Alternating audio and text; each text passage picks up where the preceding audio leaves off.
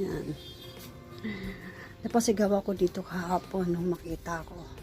Sobrang surprise talaga ako. Inaabangan ko kasi siya bumuka. March 11, meron na yung mga buds eh. Kalain mo ba naman pagising ko ng kahapon, nakita ko siya nagdilaw na ganyan na. Ay nako, grabe.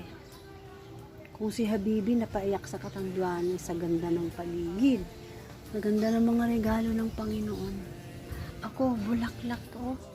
Sobrang napasigaw ako. Siguro pag ako napunta dun sa Catanduanes, yung gandang lugar na yun, maglululundag ako sa amazement.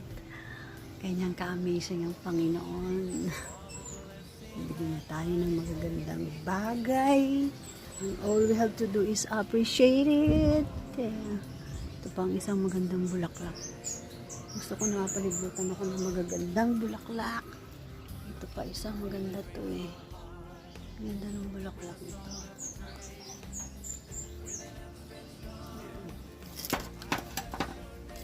Tsaka dun.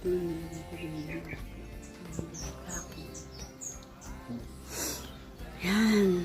Ganyan ang gusto ko. Ito sa aking garden.